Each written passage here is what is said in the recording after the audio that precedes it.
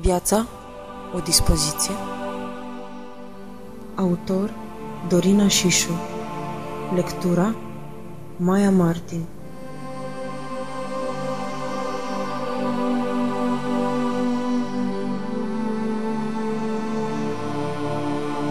Mi-am dorit mereu ca nopțile să nu mai vină în același timp cu visul.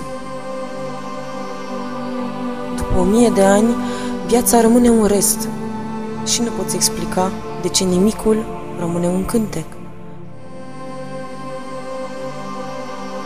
Și oare cum să faci să moară dorința nopții ce se atârnă de gât precum un medalion? Un Dumnezeu mă mișcă prin lume, sperând, poate, să-mi pierd nimicul pe urmele altora.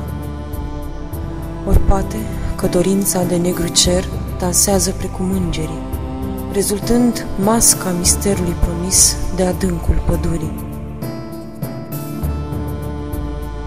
Data viitoare, când mă voi naște, voi săruta mai întâi pământul, ca să pot trăi privind în ochi viața.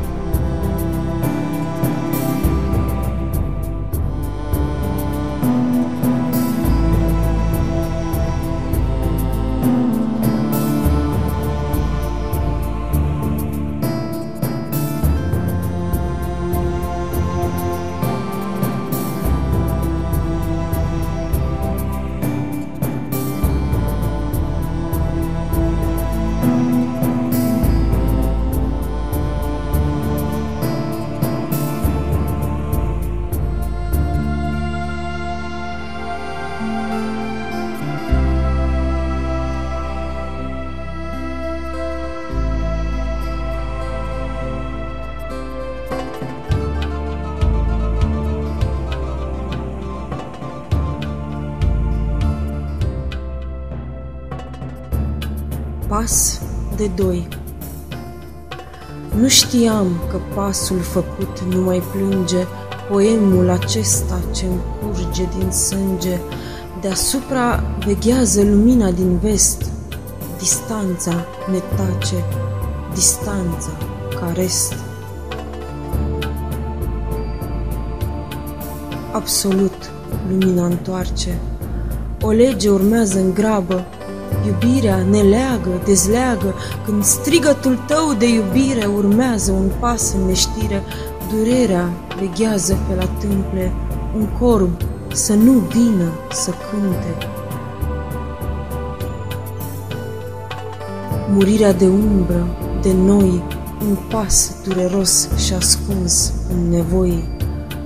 Drumul întoarse, privirea destin, și pasul se întoarse la loc, la divin.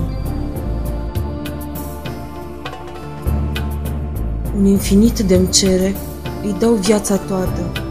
Nu știu peste ghețuri să fiu fără tine. Ia pasul acesta, firav, cu iubire, un suflet înalță, cuvânt, nemurire. Mulțumesc pasului ce mi-a sărutat rătăcirile.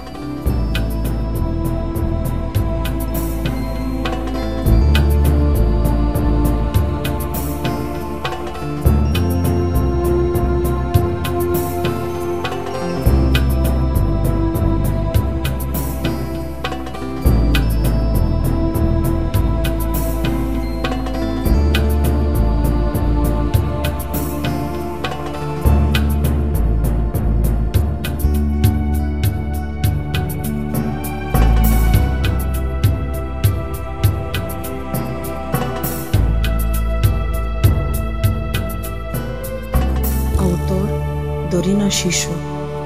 Lectura Maia Martin.